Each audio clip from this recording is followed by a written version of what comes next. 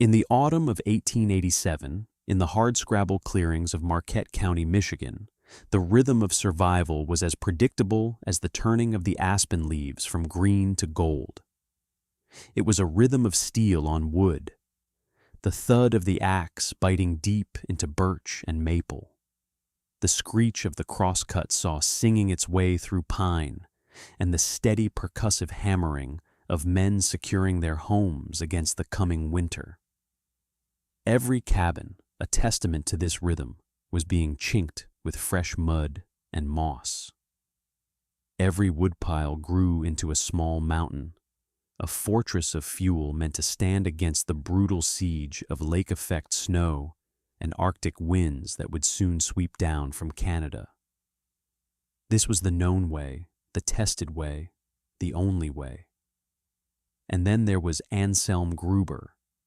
While his neighbors, men like Jedediah Thorne, a lumberman whose arms were as thick as young trees, were splitting their 10th cord of wood, Anselm was hauling stones, not for a foundation, for his small cabin was already framed, but into the very center of his modest living space. He worked with a quiet, almost reverent deliberateness. He used a stone boat, a simple sledge pulled by his placid ox, to drag granite fieldstones, worn smooth by ancient glaciers, from the edges of his property. He was not building a wall or a hearth in the traditional sense. He was erecting a pillar, a thick, cylindrical tower of stone and mortar that rose from his floor and aimed for the low-slung beams of his ceiling. It consumed a huge portion of the cabin's interior, a silent, gray monolith that seemed to serve no logical purpose. The community watched, first with curiosity, then with open mockery. They called it Gruber's folly. They called it wasteful. They called it foolish. Jedediah Thorne, wiping sweat from his brow with the back of a calloused hand, stood at the property line one afternoon and shouted over, "Gruber, what are you building in there? A tombstone for yourself. You've left no room for living." Anselm merely paused, placed a hand on the cool stone, and replied in his thick Swiss-German accent, his voice calm and even. "I am building a room for the fire to live." The men who heard this laughed. A room for the fire. The man was a poet or a madman, and on the frontier there was little difference between the two. The fire lived in the stove, a cast-iron box that roared and glowed and devoured wood. It did not need a stone room. The whole affair was unnatural. It was the act of a man who did not understand the simple, brutal calculus of a Michigan winter. You cut more wood than you thought you'd need, and then you cut that much again. You fought the cold with a big, hot fire. You did not invite the cold stone inside. None of them could know that their tested wisdom was about to be measured against a force that cared little for tradition. A winter was gathering its strength over the vast, frozen expanse of the continent. A winter that would be spoken of for a generation. It would be a season of record low temperatures and relentless snow, culminating in a storm that would later be called the White Hurricane, a blizzard of such ferocity it would freeze mercury in the thermometer and bury entire homesteads in a seamless white tomb. In that crucible of ice and wind, the log cabins with their roaring stoves would become frigid prisons, and the strange stone tower in the foreigner's home would become an ark. What did this quiet man from a distant mountain valley understand about the fundamental physics of heat, stone, and survival that everyone else, the seasoned men of the North Woods, had so completely dismissed as foolish? Anselm Gruber had been born to a world of stone. His home was not a cabin of felled trees, but a house built into the side of a mountain in the Swiss Alps, a structure of granite and slate that had stood for 2 centuries. Its walls were 3 feet thick, and its windows were small, deep-set eyes that looked out upon a world of profound cold. He was the son of a stonemason, and his father's father before him. He had learned the language of stone before he had learned to read books. He knew how a south-facing stone would hold the memory of the afternoon sun long into the evening chill.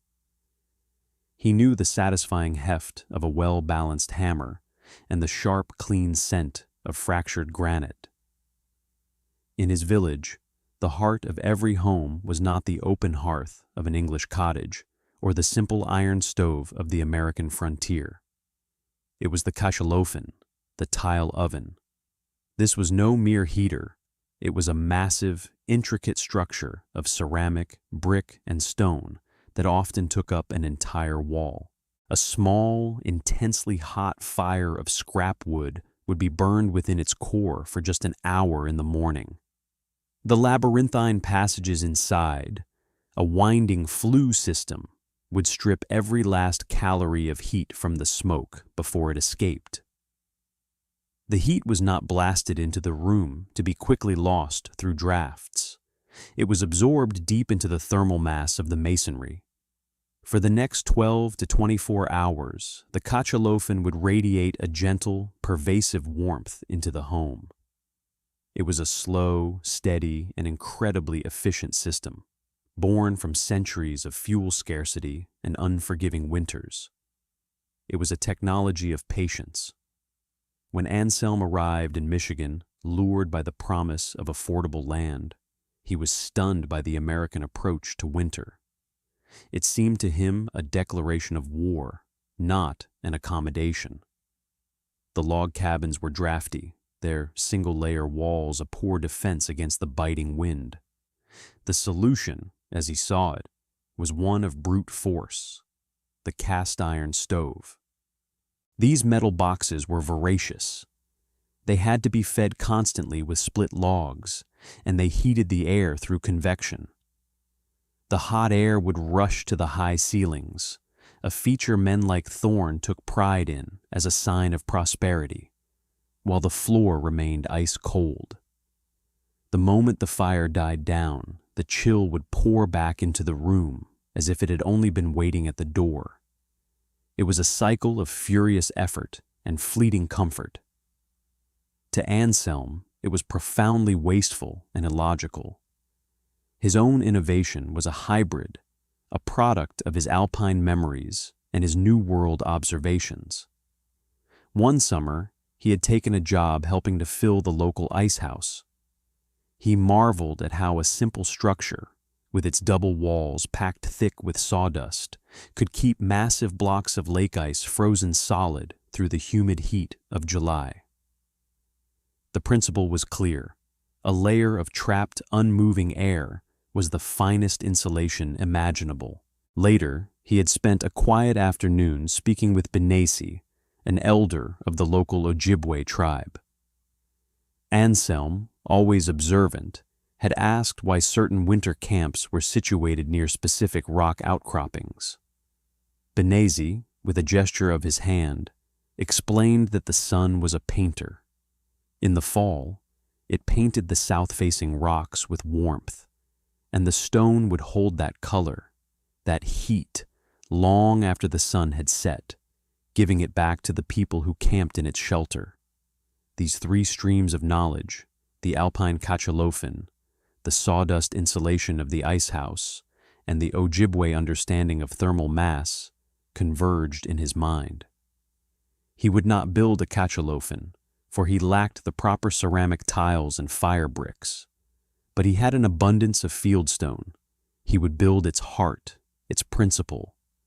He would construct a massive stone core, a heat battery. He would surround it with a small, low-ceilinged cabin, but its walls would be double-layered and packed with sawdust and dried moss, just like the ice house. He would capture the heat from a small, efficient fire and store it in the stone, letting it radiate slowly and evenly. He would not fight the cold. He would invite the heat to stay. The physics behind Anselm's design were as elegant as they were ancient. Heat moves in three ways: conduction, convection, and radiation. The standard iron stove relied almost entirely on convection. It heated the air, which then circulated, carrying the heat with it. But air is a poor carrier of heat and is easily lost through the countless small leaks in a log cabin. Furthermore, the single log walls were a perfect conductor, allowing the precious warmth inside to be constantly pulled away by the frigid temperatures outside. This is why a person could be sweating on one side, facing the stove, and freezing on the other. Anselm's stone tower worked on a different principle: radiant heat, like the sun warming the earth, or Benessi's rock ledge warming the campsite. The heated stone mass would emit infrared waves. These waves travel through the air without heating it directly, instead warming any solid object they strike: the floor, the furniture, the walls, and the people within the room. This created a feeling of deep, pervasive warmth, a comfort that came from all directions at once. The energy was stored in the dense stone, a far more stable medium than the fleeting warmth of the air. His double walls packed with sawdust were designed to stop conduction in its tracks. The trapped air pockets in the sawdust created a formidable barrier, what modern science would call a high R value. His low ceilings were a deliberate rejection of Jedediah Thorne's notion of spaciousness. They kept the small pocket of convected heat from the stove close to the living area, preventing it from rising away into a useless void. Anselm was not building a house. He was building a system, an ecosystem for warmth. The construction process began in late summer and became the settlement's primary form of entertainment. Anselm first laid a deep, square foundation of the largest stones he could manage, setting them in a mortar of clay and sand. Upon this, he began to build his tower. It was not a solid pillar. It was a complex piece of engineering, constructed from the inside out. He first built the firebox near the base, low and wide, using carefully selected flat stones and lining it with the best clay he could find to protect the granite from thermal shock. From this firebox, he engineered a serpentine flue. The hot smoke would not rise straight up and out. It would be forced to travel a winding path, up one side of the tower, across the top through a channel, and then down the other side before exiting through a modest stovepipe near the floor. This long, tortuous journey was the secret. It gave the smoke maximum time to transfer its heat energy into the surrounding stone mass. Every stone was chosen for its shape and size, fitted together like a three-dimensional puzzle. While the tower grew, he built the cabin around it. He erected 2 parallel walls of rough-sawn cedar planks, leaving a full 12-inch gap between them. This was the cavity he painstakingly filled with a mixture of dry sawdust from the lumber mill and peat moss he had harvested from a nearby bog. He packed it down, ensuring there were no empty pockets. The men at the mill gave him the sawdust for free, laughing at the strange foreigner who wanted their waste product. "Building a house for termites, Gruber?" one of them had joked. Anselm had simply nodded and hauled another wagon load away. He set his windows small and deep, and he built the roof with a shallow pitch, framing the ceiling joists at a height of just 6 feet and 10 inches. For a man of average height like himself, it was comfortable enough, but for a tall man like Jedediah Thorne, it would have felt constricting. Thorne made it a point to visit regularly, to offer his unsolicited, common-sense advice. He stood one day in the half-finished cabin, his head nearly brushing the ceiling beams, a look of profound disapproval on his face. "Anselm, a man's home is his castle. This This is a burrow. You need high ceilings. Let the smoke and the bad air rise. You'll suffocate in here come February." Anselm, who was meticulously applying mortar to a joint in his tower, did not look up. "Why would I want to heat air that I cannot reach?" he asked, his tone genuinely curious. Thorne scoffed. "You don't heat the air, you heat the room. With a proper stove, a big box heater like mine, you get a good roar going. You can feel the power of it. It drives the cold right out. This pile of rocks, you'll burn a whole cord of wood just to get it lukewarm, and then the fire will go out and you'll freeze sure as sin." It was the local wisdom, the logic of the North Woods. The cold was an enemy to be driven back by a massive, visible display of fiery force. The idea of storing heat quietly, invisibly, was alien. Anselm finally straightened up and wiped his hands on a rag. He looked at Thorne, his eyes clear and steady. "Mr. Thorne," he said, his voice patient, "your stove shouts. My stone will whisper. We will see which one speaks through the night." He ignored the continued commentary from his neighbors. He worked with a focus that bordered on obsession, his movements methodical, his purpose unswerving. He sealed every joint, every seam in the walls and roof with pine tar.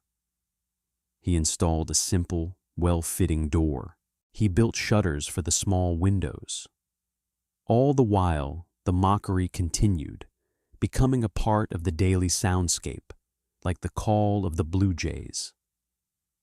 Miss Evelyn Reed, the town's young school teacher, was one of the few who watched without judgment. She was a woman of education and curiosity, recently arrived from Boston. She saw not madness in Anselm's work, but a deliberate method. She would often walk by on her way home, and Anselm would politely nod. One afternoon, she brought him a small jar of apple butter. She asked him about the tower, and he explained the principle in simple terms. She listened, fascinated, making notes and small sketches in her diary. She wrote that evening, "Mr. Gruber is not building a cabin in the Michigan style. He is building a machine for living, where every piece has a purpose beyond mere shelter. The others see stones. He sees a battery for winter." As the first flakes of snow began to drift down in late October, Anselm's work was complete. His cabin looked small and unimpressive from the outside, hunkered down against the earth.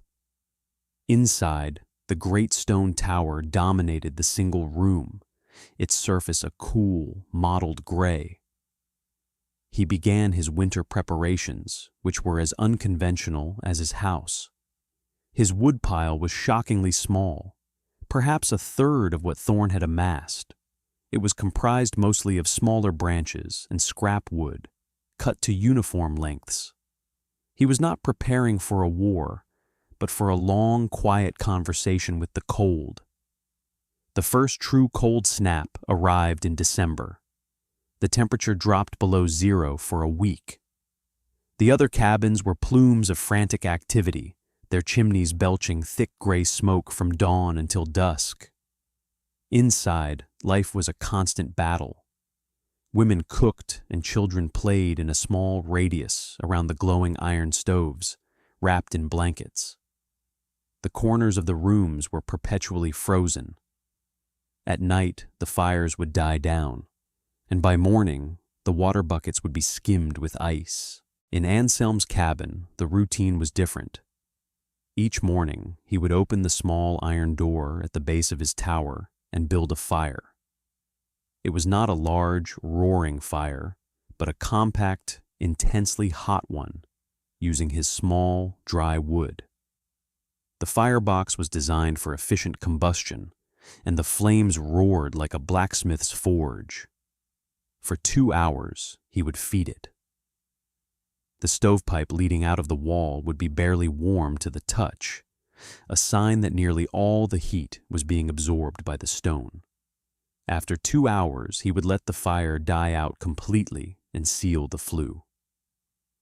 The great stone tower, having absorbed the energy of the fire, began its slow, silent work. The surface was not hot, but pleasantly, deeply warm, like a sun-baked rock. It radiated this warmth constantly, evenly, into the small, well-sealed room. There were no cold spots. The floor was as warm as the air near the ceiling. A deep, quiet comfort settled over the space. Anselm would sit at his small table, repairing a tool or reading a German newspaper, wearing a simple wool shirt. The contrast was absolute. His neighbors were engaged in a desperate, fuel-intensive struggle for survival. He was simply living. The true test, however, was yet to come. In the second week of January, 1888, the sky over the Upper Peninsula began to change. The usual clear, cold blue was replaced by a strange yellowish-gray haze that seemed to press down on the landscape. The air grew unnaturally still and heavy. The old-timers felt a deep unease. The barometer in the general store dropped so fast and so far that the owner thought it was broken. On the afternoon of January 12th, the temperature, which had been a mild 20 degrees Fahrenheit, began to plummet. In 3 hours, it had fallen to 20 below zero.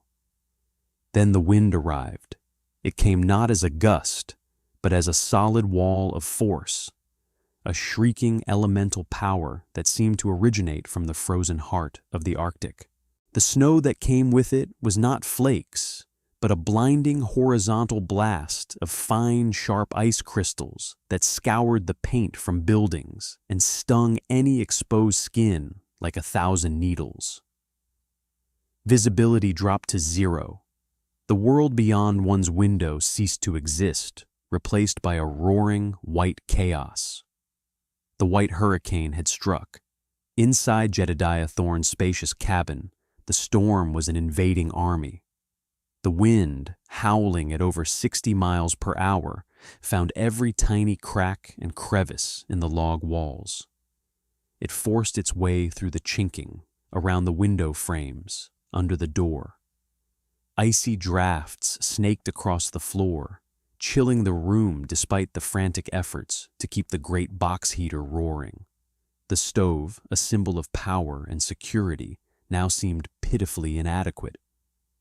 Thorne and his eldest son took turns feeding it logs, their faces flushed with heat on one side, their backs chilled by the drafts. The stove devoured wood at an incredible rate, but the heat it produced was immediately stolen.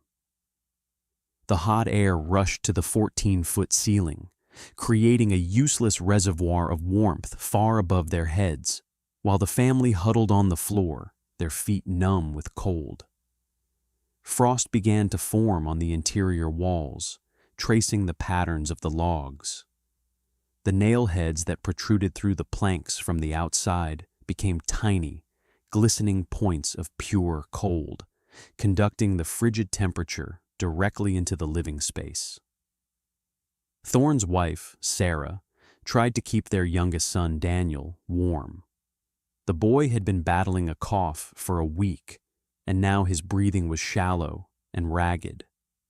She wrapped him in every blanket they owned, but the penetrating chill seemed to go right through them. By nightfall, the situation was becoming desperate. The roaring stove had consumed nearly a quarter of their winter wood supply in a single day. Worse, the path to the woodpile was now impassable, buried under a 5-foot drift of snow that was as hard as concrete. They were trapped, and their fuel was running out. Less than a quarter-mile away, inside Anselm Gruber's cabin, the world was a different place. The shrieking of the wind was a distant, muffled sound, a beast raging somewhere outside the thick, insulated walls. The cabin was a pocket of profound calm and silence. There were no drafts, Anselm had hung a single thread from a ceiling beam as an experiment. It hung perfectly, motionlessly still.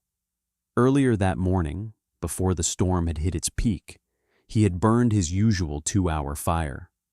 The stone tower had soaked up the heat, and now it was radiating it back into the small, sealed space.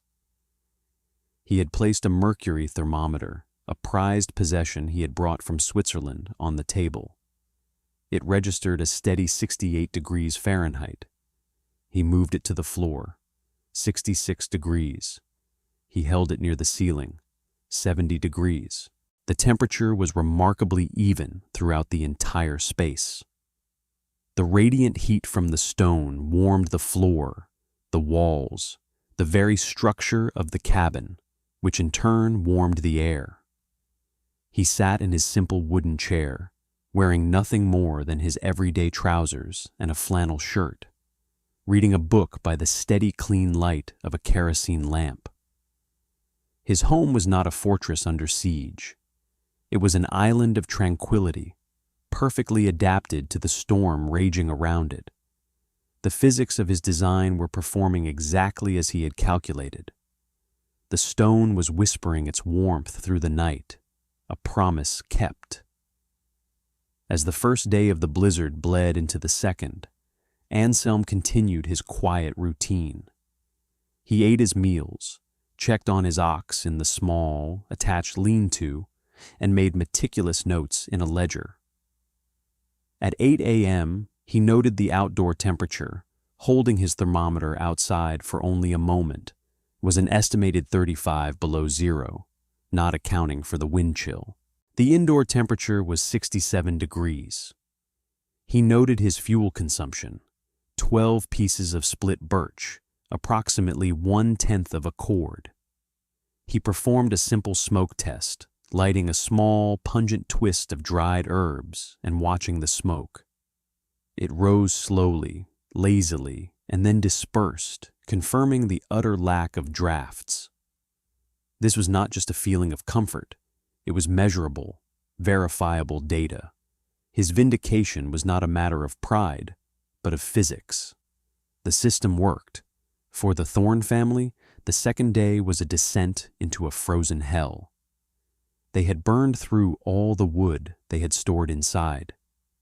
The box heater stood cold and black, a monument to their failed strategy. Jedediah, in a desperate gamble, had tried to reach the woodpile. He had barely made it 10 feet from the door before the wind and blinding snow drove him back, his face and hands frostbitten. The temperature inside the cabin plummeted. They huddled together under a mountain of blankets, their breath misting in the air.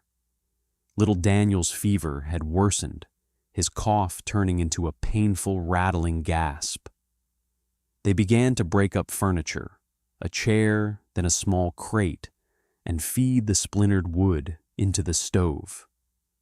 It produced a brief, smoky, unsatisfying warmth that seemed to be sucked out of the room as soon as it was born. By the evening of the second day, Jedediah Thorne knew they would not survive another night. The last of the broken chairs was gone. The cold was no longer just a discomfort. It was a predator, a physical presence in the room that was slowly draining the life from them. He looked at his son, whose lips were tinged with blue, and at his wife, whose face was a mask of fear. In that moment, all his pride, all his certainty in the old ways, collapsed into a single, terrifying realization. He had been wrong. His mockery of the quiet Swiss man echoed in his memory, a bitter taunt, and with that memory came a sliver of impossible hope. He made a decision. Bundling himself in every layer of clothing he owned, he turned to his wife. "I'm going to Gruber's," he said, his voice raspy. "If he's alive, he might have wood." Sarah looked at him, her eyes wide with terror. "You'll die out there, Jedediah." He shook his head. "We'll die in here if I don't." The journey was an epic struggle against a malevolent nature. The air was so cold it burned his lungs. The wind tore at him, trying to rip him from his feet. He could not see. He could only feel his way along the fence line, his mittened hands raw from the cold. It was a journey of a few hundred yards that felt like miles. When he finally stumbled against the solid shape of Anselm's cabin, he was near collapse. He hammered on the door with a frozen fist, shouting his neighbor's name, his voice lost in the roar of the storm. The door opened. A rectangle of calm, warm, yellow light sliced through the swirling darkness. Anselm Gruber stood there, looking out at him with a placid expression. Thorn fell to his knees, half frozen and gasping. He expected to see a man shivering in the dark, perhaps as desperate as he was. Instead, he saw a scene of impossible peace. He saw the lamp, the book, the quiet warmth. He saw a man perfectly at ease. Anselm helped the larger man inside and closed the door, shutting out the storm as if it were a minor inconvenience. The immediate sensation for Thorn was overwhelming. It was not the scorching, dry heat of his own stove, but a deep, gentle warmth that seemed to soak into his bones. The air was fresh and still. There was no smoke. He looked around, bewildered. "Your fire, it's out," he stammered, pointing at the cold stovepipe. Anselm simply placed a hand on the great stone tower beside them. It was not hot, just fundamentally, profoundly warm. "The stone remembers the fire," he said quietly, repeating the words he had spoken months before. Thorn finally understood. He looked at Anselm, his face a mixture of awe, shame, and desperation. My boy is sick. We're freezing, Anselm. We burned the chairs. Please, can you spare any wood?" Anselm's expression did not change. There was no hint of triumph, no "I told you so" in his eyes. There was only a calm, human decency. "Wood will not help you now, Mr. Thorn. Your house is a sieve. Bring your family here. There is room." The rescue was a perilous undertaking. With Anselm's help, they rigged a rope between the two cabins. Thorn and Anselm fought their way back to Thorn's cabin and brought Sarah and Daniel across the short, violent distance. When Sarah entered Anselm's home, carrying her sick child, she began to weep, not from sorrow, but from the sheer, shocking relief of the warmth. They laid Daniel near the stone tower, and the gentle, radiant heat began to work on his small, chilled body. For the first time in 2 days, he stopped shivering. As the Thorn family recovered, Jedediah walked around the small room, a student in a classroom he had once mocked. He touched the insulated walls, feeling no hint of the Arctic fury on the other side.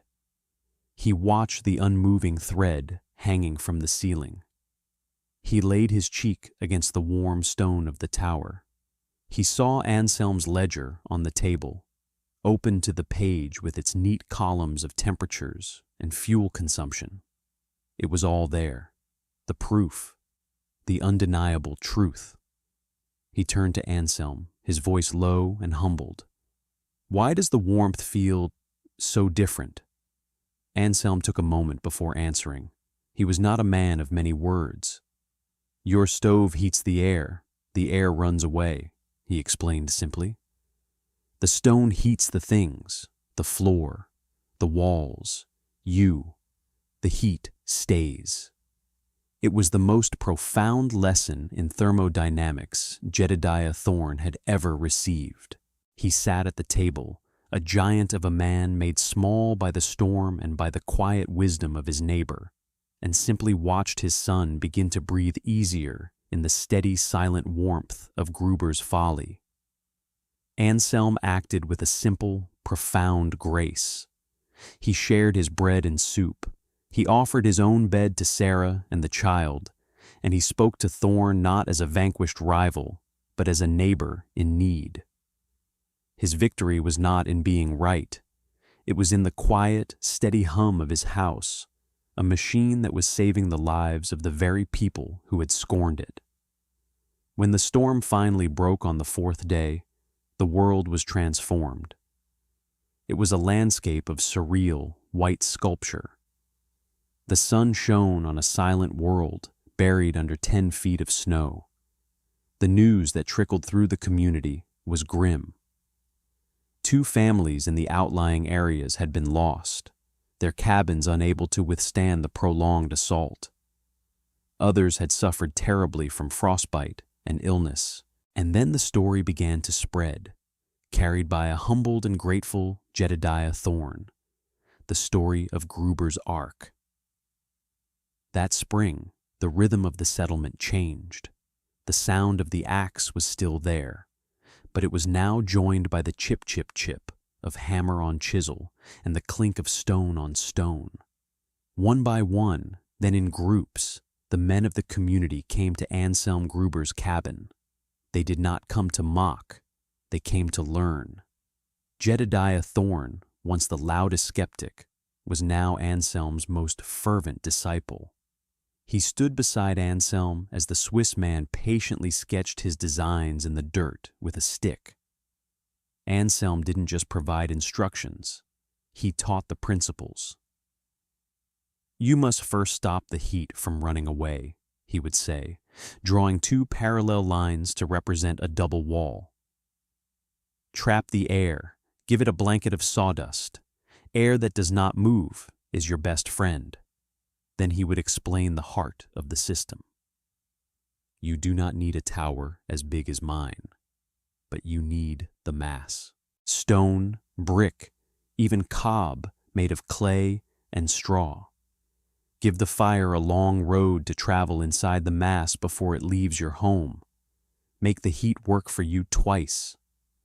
He explained how to build the baffled flue system, how to size the firebox for a quick hot burn, and why a low ceiling was a virtue, not a flaw.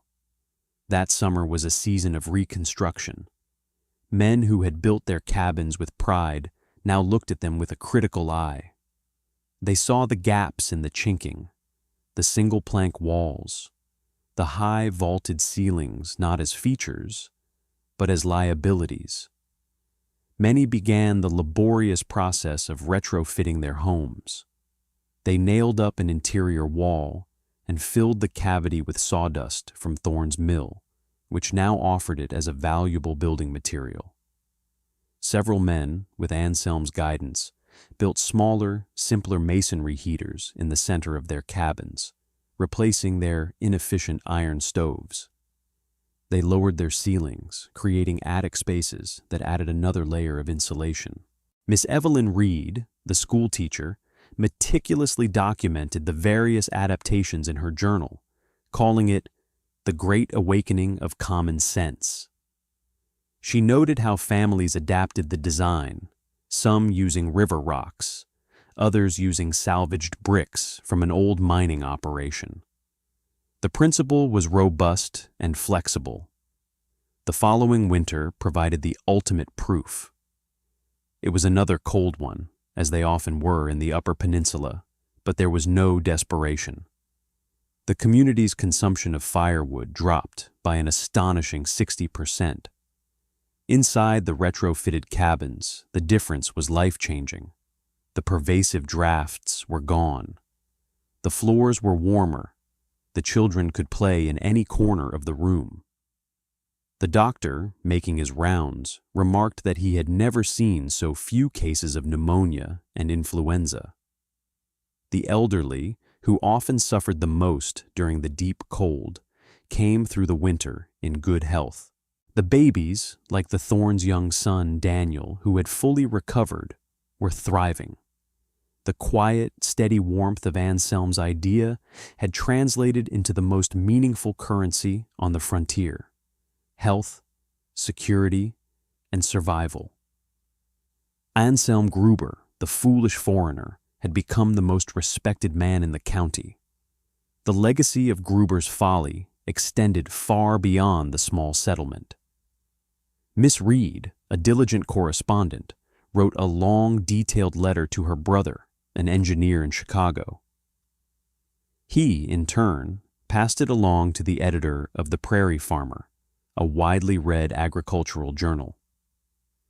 In the autumn of 1889, the journal published a lengthy article titled "The Michigan Heater, a Revolution in Cold Climate Dwelling," complete with sketches based on Miss Reed's drawings. The idea spread like a slow, warming fire across the upper Midwest. Farmers in Wisconsin, homesteaders in Minnesota, and ranchers in the Dakotas began experimenting with the principles of thermal mass and superinsulation. The Gruber method, as it was sometimes called, became a part of the practical knowledge of the region, saving countless lives and immeasurable tons of firewood over the ensuing decades. What Anselm Gruber understood, through a combination of ancestral knowledge and keen observation, modern building science would later formalize with equations and technical jargon. His stone tower was a perfect example of a masonry heater, a technology now recognized for its incredible efficiency and comfort.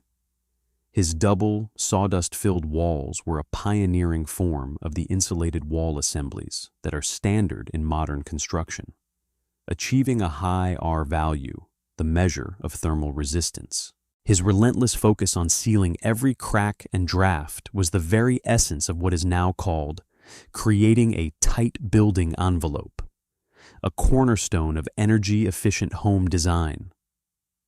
The core principle of his tower, using dense materials to absorb and slowly release heat, is the fundamental concept behind passive solar design and thermal mass heating systems used in eco-friendly architecture today.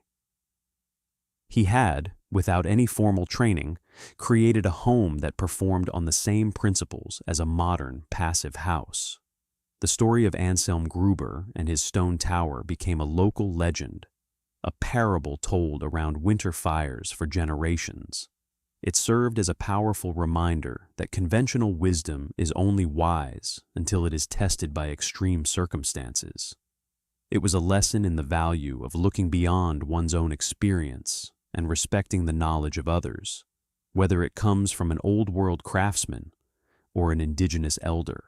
It underscored the profound truth that survival is often not about brute force, but about cleverness, preparation, and a deep understanding of the subtle, unyielding laws of the natural world. It was a victory of patience over panic, of stored energy over explosive force. In the heart of the great northern forest, the most important lesson of that terrible winter was not written in books of engineering or shouted in the roar of a fire. It was learned in silence from a pillar of ordinary fieldstone, a quiet, enduring warmth that remembered the fire long after the flames had gone out.